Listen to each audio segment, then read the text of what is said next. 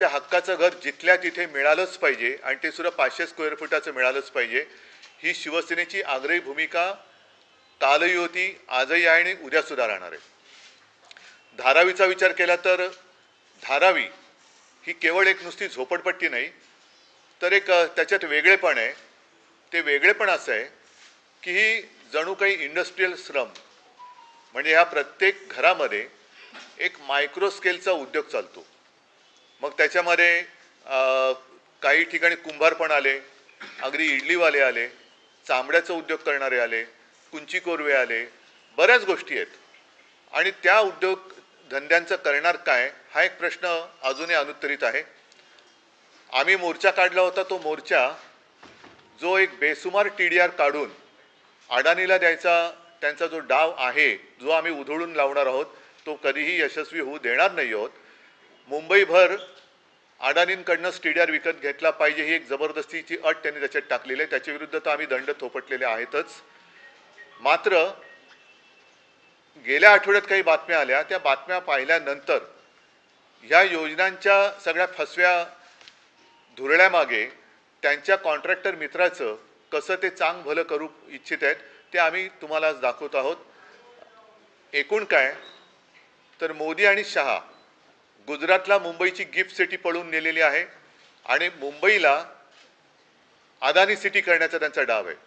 म्हणजे कदाचित उद्या हे मुंबईचं नावही बदलतील आणि मुंबईचं नाव अदानी सिटी करतील. अर्थात ते आम्ही कदापि होऊ देणार नाही. जर का त्यांना उदाहरणच पाहायचं असेल तर संयुक्त महाराष्ट्र चळवळीचं उदाहरण त्यांच्या डोळ्यासमोर आहे, किंवा त्यांनी नसेल तर ते पाहावं की कसा मराठी माणूस एकवटला तर अनेक जणांच्या डोक्यात जो अहंकार घुसला होता, अगदी यावश्चंद्र दिवाकरो वगैरे, तो उधळून लावतो आणि मराठी माणूस मुंबई वाचवतो. आज मुंबईकरांना मी आवाहन करतो आहे की आपण, मध्ये मी बातमी वाचली की मुंबई बचाव समिती, मुंबई बचाव वगैरे नाही, मुंबई रक्षक समिती पाहिजे. आणि मुंबईमध्ये जे काही एकूण यांचे चाळे चाललेले आहेत, मुंबईला लुटायचं, मुंबईची तिजोरी रिकामी करायची आणि मुंबईला भिकेला लावायचं यांचं कारस्थान आहे, ते आम्ही कदापि होऊ देणार नाही. आज मी आपल्याला बोलवलं ते एवढ्यासाठी की अडाणीला हे टेंडर दिलं गेलं, त्यावेळेला टेंडरमध्ये नसलेल्या काही गोष्टी ह्या आज त्या देऊ करतायत.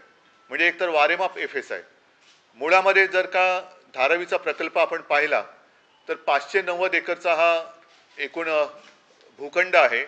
त्या 590 मध्ये 300 एकर हा गृहनिर्माणसाठी आहे किंवा तिथे घर आहेत. मग बाकीचा जो आहे त्याच्यामध्ये माहीम नेचर पार्क, नंतर मग टाटाचं ते पॉवर स्टेशन आहे, रिसिव्हिंग सेंटर वगैरे काय काय गोष्टी आहेत. आणि एकूण टेंडरमध्ये जर का तुम्ही बघाल तर कुठेही वाढीव TDRचा उल्लेख नाही आहे. त्याच्यानंतर आता जे काही तिकडे चाललेलं आहे की सर्व घरांना ते एक नंबर देत आहेत. म्हणजे धारावीकरांना पात्र अपात्रतेच्या चक्रव्यूहात अडकून हाकलून द्यायचं. आम्ही एकाही धारावीकराला तिथून जाऊ देणार नाही. आम्ही प्रत्येक धारावीकराच्या मागे उभं राहू, पण पात्र अपात्रतेचा निकष लावून धारावी रिकामी करायची आणि मग रिकामी केलेली ही धारावी अदानीच्या घशामध्ये अलगद जाईल की जिकडे पुन्हा भूखंडाचा श्रीखंड ओरपाले हे सगळे तयार. मुख्य मुद्दा काय आहे की हे सगळे जे काही कारस्थान आहे ते मुंबईचं नागरी संतुलन बिघडवण्याचा हा डाव आहे. नागरी संतुलन, आपण मानसिक संतुलन बोलतो, मानसिक संतुलन बिघडलेली माणसं आपल्याला माहिती आहेत कोण आहेत, काय काय करतायत. काही जणांच्या मानसिकतेला सुद्धा बुरशी आलेली आहे. त्याच्यामुळे अशी सगळी माणसं आहेत ती याच्या मागे आहेत. नागरी संतुलन मी एवढ्यासाठी म्हणतोय की त्यांनी जी काही जागा 590च्या वरती मागितलेली आहे, 540 एकर, म्हणजे मुळामध्ये बघा की धारावी 590 एकरची आहे. प्रत्यक्ष टेंडरमध्ये सुद्धा धारावी नोटिफाईड एरियामध्ये जे काही लागेल सहकार्य ते सरकार करेल असं नमूद केलेलं आहे. आणि त्याच्यात काही गैर आहे असं माझं म्हणणं नाही आहे, कारण प्रत्येक प्रकल्पाला जर काही सरकारकडनं सहाय्य आवश्यक असेल तर पाहिजे, याच्याबद्दल दुमत असण्याचं कारण नाही आहे. पण आता पात्र अपात्र हे ठरवताना नंबर एवढे वाढवायचे की आता त्याच्यामध्ये हा प्रकल्प होऊच शकत नाही, मग आम्हाला अधिकची जागा पाहिजे. आता ही अधिकची जागा कोणती तर कुर्लाची मदर डेअरी आहे, दहिसरचा टोल नाका ज्याच्याबद्दल विनोद घोसाळकरनी आवाज उठवलेला आहे, मुलुंडचा टोल नाका आहे, त्याच्यानंतर मुंबईची मिठागृह आहेत. अनेक ठिकाणी जवळपास आम्ही माहितीच्या अधिकारामध्ये ह्या 20 जागा आहेत त्याची यादी आहे. हे माहितीच्या अधिकारात मिळवलेले हे संपूर्ण हा कागद आहे आणि त्याच्यामध्ये अनेक जागा म्हणजे मातृदुग्ध शाळेची कुर्ल्याची तुम्हाला म्हटलं तसं अनेक ठिकाणी अंदाजे क्षेत्रफळ माहिती उपलब्ध नाही कुठे 21 एकर 46 एकर 18 एकर बऱ्याच ठिकाणी माहिती उपलब्ध नाही। एक तर महत्त्वाचा प्रश्न काय आहे की धारावीचा आराखडा कोणाला माहिती आहे का? धारावी नक्की कशी विकसित होणार आहे हे माहिती आहे का? ह्याचा कुठेही उल्लेख नाही आहे आणि अचानक हे सरकार लाडक्या मित्रासाठी, कोणाचा मित्र तुम्हाला माहिती आहे, त्या लाडक्या मित्रासाठी वेगवेगळ्या ठिकाणी झोपडपट्टी योजनेतून जागा अधिग्रहित करायला लागलेले। हा काय प्रकार आहे? कोणासाठी करताय? आणि मग जिथे मुंबईचे इतर प्रकल्प होणार आहेत त्या ठिकाणाला तुम्ही नख का लावताय? अगदी वाघ नख नसलं तरी सरकारी नख त्याला का लावता आहात? आणि मग धारावीची लोक आहेत, या धारावीच्या प्रत्येक घरात उद्योग आहे। मूळ कल्पना अशी होती की तिथे जी काही एक रेल्वेची लँड आहे त्या रेल्वे लँडमध्ये पहिल्यांदा घरं बांधायची, तिथे धारावीकरांना ट्रान्झिट कॅम्पमध्ये नव्हे तर घरामध्ये शिफ्ट करायचं। प्रत्येक घरामध्ये जो काही उद्योग असेल, कारण त्यांची रोजीरोटी त्याच्यावरती आहे, जर यांना ट्रान्झिट कॅम्पमध्ये हलवलं, मिठ्या घरात हलवलं, इन्फ्रास्ट्रक्चर कोण देणार? अदानी देणार? दहिसरच्या टोल नाक्यावरती हलवलं, काय म्हणून हलवायचं? तिकडे आम्ही बस टर्मिनस मागतो, इतर काही गोष्टी आहेत, मुलुंडचा टोल नाका आहे। म्हणजे जिथे मुंबईचे इतर प्रकल्प आहेत, जे मुंबईच्या एकूण जे आपण इन्फ्रास्ट्रक्चर म्हणतो त्याच्यासाठी गरजेचं आहे, तिथल्या जागा ह्या अदानीच्या घशात घालायच्या। तिथल्या धारावीचा TDR पुन्हा ह्या जागांचा TDR काढणार, कारण तिकडे गेल्यानंतर ही काय जागा अदानी सोडणार नाही। मग इथे हे किती काळ धारावीकर राहणार? तोपर्यंत त्यांच्या उद्योगधंद्याचं काय होणार? त्यांच्या रोजीरोटीचं काय? इडलीवाले म्हणजे आज शहराला मोठ्या प्रमाणावरती जी काही इडली पुरवली जाते तिथले बरेचसे इडलीवाले बाबूराव तिथे आहेत, चामड्याचे सुद्धा बरेचसे उद्योग तिकडे आहेत, त्याच्यानंतर कुंभार आहेत, कुंची कोरवे, अनेक गारमेंट बनवणारे आहेत, कोळीवाडा आहे। ही लोक तुम्ही ट्रान्झिट कॅम्पमध्ये हलवल्यानंतर तुम्ही त्यांना घरं एक साधारण म्हणजे इथली झोपडपट्टी आहे ती झोपडपट्टीतनं चांगली घरं द्यावं ही योजना असताना तुम्ही इथल्या झोपडपट्टी धारकांना उचलून त्यांना पात्र अपात्रेचा निकष लावून मिठागरात किंवा इतरत्र पुन्हा झोपडपट्ट्यांमध्ये फेकणार। मग धारावी तुम्ही अदानीच्या घशात कशी घालणार? आणि मला असं वाटतं जर एकूण टेंडरचा अभ्यास केला, हे 200 पानाचं टेंडर आहे, 189, ह्या टेंडरचा अभ्यास केला तर याच्यामध्ये कुठेही आज देऊ केलेल्या सोयी सुविधांचा उल्लेख नाही। म्हणजे ही मोठी फसवणूक आहे। म्हणजे इतर त्यावेळेला ज्यांनी टेंडरमध्ये सहभाग घेतला होता त्यांच्यापैकी कोणीतरी जर का कोर्टात गेलं तर हे टेंडर रद्द होऊ शकतं। आणि आमचं म्हणणं आहे की अदानीसाठी जर तुम्ही मुंबईची विल्हेवाट लावणार असेल ते टेंडर रद्द करा, धारावीकरांना तिथून उचलून कुठेही मिठागरात किंवा कुठेही टाकता येणार नाही। जर अदानीला इकडे जमत नसेल तर अदानीने सांगावं की मला हे जमत नाही, त्यांनी टेंडर सोडून द्यावं, पुन्हा टेंडर काढा आणि त्याच्यामध्ये एकदाच काय ते तुम्ही स्वच्छ पारदर्शक, हा त्यांचा शब्द आहे, पारदर्शकपणाने टेंडरच्या किंवा निविदेच्या अटी तटी शर्ती त्यांना देण्यात येणाऱ्या सोयी सुविधांचा उल्लेख करा, पुन्हा नव्याने टेंडर काढा आणि धारावीकरांना तिथून आम्ही हाकलू देणार नाही। धारावीकराला तिथल्या तिथे 500 फुटाचं घर मिळालंच पाहिजे, त्याच्या उद्योगाची सोयीसुद्धा तिथे झालीच पाहिजे, ही आमची आग्रही मागणी आहे। आणि म्हणून हा जो काही सगळा अदानींच्या घशात मुंबई टाकण्याचा डाव आहे तो शिवसेना तर उधळून लावेलच, पण मी मुंबईकरांना, तमाम मुंबईकरांना ज्यांना असं वाटत असेल धारावीमध्ये होतंय आमचं काय, तसं नाही आहे, हे कळत नकळत ज्या 20 जागा आहेत तुमच्यासुद्धा विभागात होणार आहेत, म्हणजे एकूणच नागरी सुविधांवरती जो भार पडणार आहे तो भार उचलणार कोण? त्याचे पैसे कोण देणार? नुसतं म्हणजे अदानीने या जागा तुम्ही फुकट देणार आहात का? त्यांच्या सोयी सुविधा ज्या आहेत, पिण्याचं पाण्याचं काय, सिवेजचं काय, या सगळ्याचा खर्च अदानी देणार आहेत का? आणि नसेल तर आमची जाहीर मागणी आहे की हे अदानीला झेपत नसणारं काम हे टेंडर रद्द करून दुसऱ्या योग्य माणसाला ते टेंडर द्यावं। म्हणणं असं की याच्या विरुद्ध जर कोर्टात गेलं तर हे टेंडर रद्द होईल, कारण याच्यामध्ये कुठेही जो जास्तीचा TDR जो म्हटलेला आहे त्याचा उल्लेख नाही आहे। आणि हा TDR म्हणजे कित्येक फुटाचा अजून त्याचा हिशोबच लागत नाही किती TDR त्यातनं जनरेट होणार आहे। तो केल्यानंतर तो सगळा TDR बँक, ह्या बँकेचा मालक अदानी होणार। दुसरं हे मागे मोर्चात विषय झालेले आहेत, म्हणजे कुठेही कोणाला आणि इंडेक्सेशन काढल्यानंतर कुठेही वापरता येईल वगैरे हे सगळं म्हटल्यानंतर जर कोणाला मुंबईमध्ये काम करायचं असेल तर पहिल्यांदा 40% TDR हा अदानींकडनं विकत घ्यावा लागेल। ते विकत घेतल्याचं सर्टिफिकेट मिळाल्यानंतर मग त्या विकासकाला पुढची परवानगी मिळेल. परंतु अडाणीने जर का एखाद्या परमिशनसाठी महापालिका किंवा तिथल्या काय UD वगैरे डिपार्टमेंटकडे परवानगी मागितली आणि 15 दिवसात त्याचं होय नाही उत्तर आलं नाही, तर परवानगी गृहीत धरून अडाणीला मात्र काम सुरू करण्याची परवानगी त्याच्यात दिली गेलेली आहे. याच्यात नाही, एकूण नंतरच्या याच्यात हा सरळ सरळ मोठा भ्रष्टाचार आहे. तुम्ही म्हटलं की यामध्ये टेंडरमध्ये या सर्व गोष्टी नाही आहे, मग कोणत्या निकषावर या इतर जागाच्या आहेत तेच तर आम्हाला प्रश्न पडलाय. म्हणजे लाडका कॉन्ट्रॅक्टर, लाडका मित्र, लाडका सूटबूटवाला ही योजना तुम्ही आणले का? मग बाकीच्या न्याय सुविधा का नाही दिल्या? आणि टेंडर काढताना या गोष्टी टेंडरमध्ये का नव्हत्या टाकल्या? जसं पहिल्यांदा टेंडर काढलेलं त्याच्यात रेल्वे लँड नव्हती. रेल्वे लँडमध्ये सुद्धा जेव्हा मला तेव्हा माहिती दिली गेली होती त्यावेळे माहितीनुसार रेल्वेच्या जागेमध्ये आता ती म्हणतात लीजवरती दिलेली आहे. ते लीजचं आणि रेल्वेचं ते हा विषय वेगळा आहे. पण तिकडे घरं बांधून देऊन ज्याप्रमाणे BDDमध्ये ट्रान्झिट नाही, घरं दिल्यानंतर मग ती जागा रिकामी करून तिथे नवीन इमारती किंवा बांधकाम सुरू करायचं. बरं, धारावीबद्दल एक तुम्ही पूर्ण धारावी म्हणून काय टाउनशिप म्हणून काय आहे की नाही? शाळा कुठे होणार आहे? हॉस्पिटल कुठे होणार आहे? उद्यानं कुठे होणार आहेत? कुंभारवाडी कुठे असतील? कोळीवाड्यांचं काय करणार? चामड्याचं चर्मोद्योग जो आहे, नंतर तुम्ही जे कपड्याचं आहे ते म्हणाला तर ह्याचा कुठेच उल्लेख नाही. आराखडा कुठे? उद्धवजी, तुम्ही म्हणालात की तुमचं म्हणणं आहे की हे जे टेंडर काढलेले ते नियमबाह्य आहे. टेंडर नियमबाह्य नाहीये. आत्ताच्या सोयी सुविधा ह्या नियमबाह्य आहेत.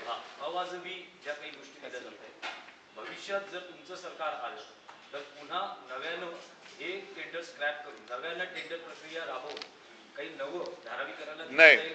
हे तुम्ही होय, आमचं धारावीकरांना वचन आहे की तुम्ही आहात तिथेच, म्हणजे धारावीमध्येच तुम्हाला तुमच्या हक्काचं घर आम्ही देऊ आणि त्यातही तुमच्या घरात जे उद्योग आहेत त्यांची रोजीरोटी आहे त्याची सुद्धा व्यवस्था त्याच जागेमध्ये आम्ही करून देऊ. त्याच म्हणजे राहत्या घरात त्यांच्यासाठी वेगळी इंडस्ट्रियल इस्टेट बांधू, त्यांच्यासाठी उद्योगाची सोय करून देऊ. आता कुंभारवाडे म्हटल्यानंतर ते काय खोलीमध्ये मडकी नाही भाजू शकत, त्याच्यामुळे त्यांच्यासाठी वेगळ्या जागा ठेवू.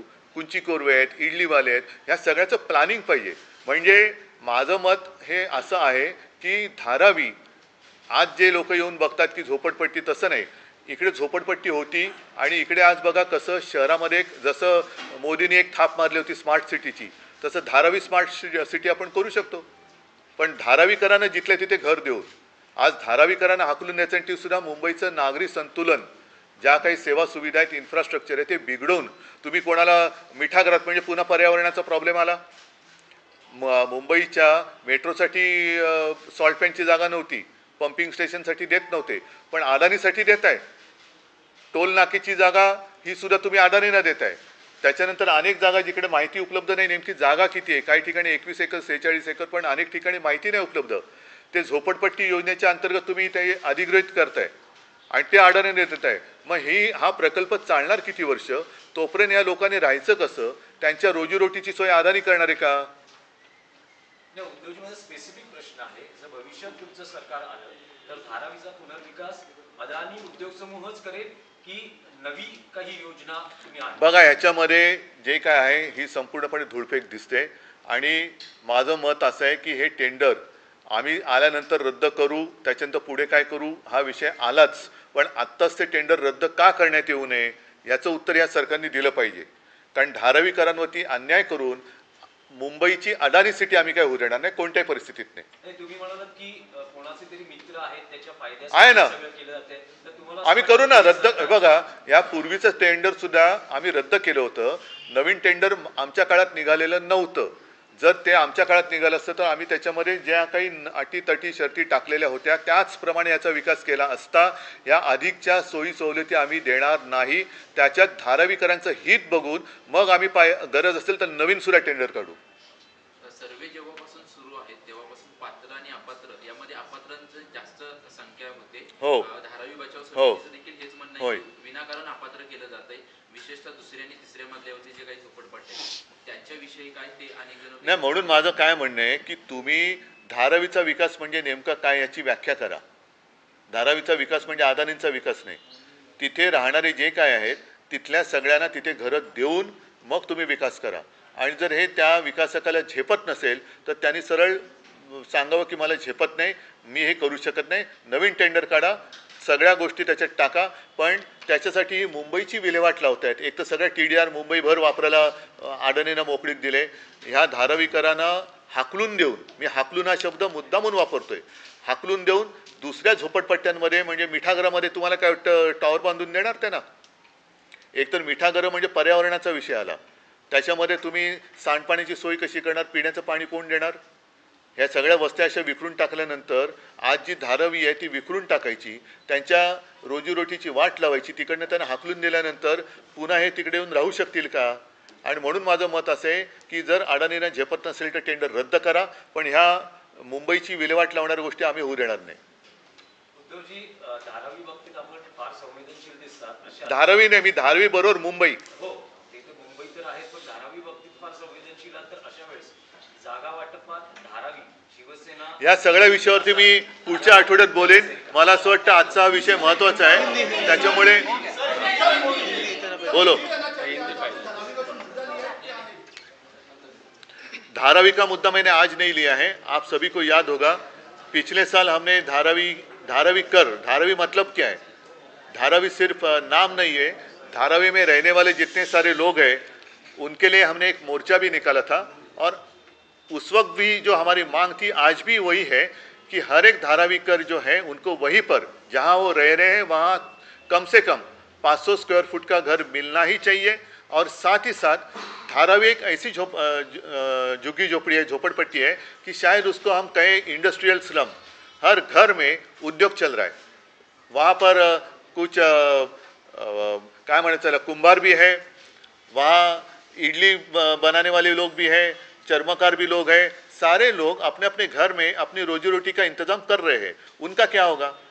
और उस वक्त जो हमने मोर्चा निकाला था उसका मूल जो विषय था वो यही था कि धारावी में पता नहीं किसने कब गिना और TDR जो निकाला है FSR, उसमें TDR निकाल कर पूरे मुंबई शहर में उसका इस्तेमाल अडानी कर सकते हैं. ये कौन सा न्याय है? आज तक कभी ऐसे हुआ नहीं था.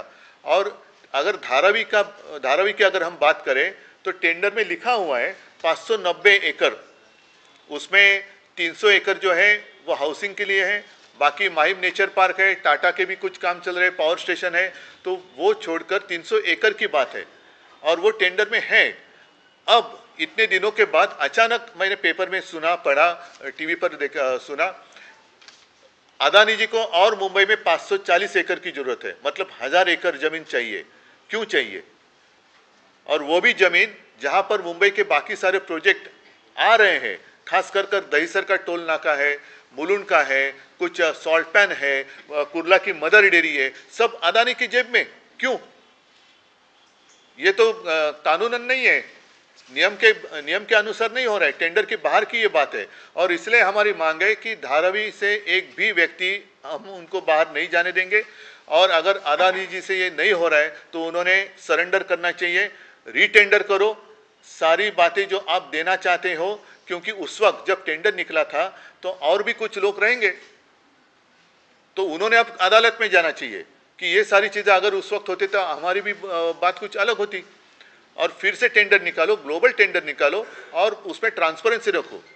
आने दो, सबके सामने टेंडर आने दो, सबके सामने जो आप उनको देना चाहते दे दो और टेंडर से दोबारा बुलाओ और जो भी काम करने के लिए सक्षम व्यक्ति होगा उनको ही दे दो. अदरवाइज जो अभी नाटक जो चल रहा है लाडली बहना लाडली, ये वैसे लाडला दोस्त लाडला कॉन्ट्रैक्टर ये नहीं चलने देंगे हम, और मुंबई की बर्बादी हम नहीं होने देंगे. सर, मुंबई को अडानी सिटी बनाने की तैयारी चल रही है, किन किन ग्राउंड्स को लेकर आपको ऐसा लगता है कि वहाँ जहाँ BKC है, मनमोहन जी की सरकार थी तो वो गिफ्ट सिटी वहाँ आने वाली थी जिसका हमने स्वागत किया था.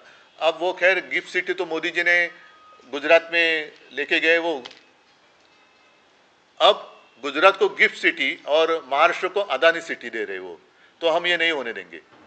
मुंबई की जो पहचान है वो मुंबई ही रहेगी, उसको हम अदानी सिटी में बदलने नहीं देंगे. और इसके लिए आंदोलन की जरूरत नहीं, सारे मुंबई के इकट्ठे होते तो ऐसी बात हो जाएगी. ठीक है, चलो धन्यवाद. जय हिंद, जय महाराष्ट्र.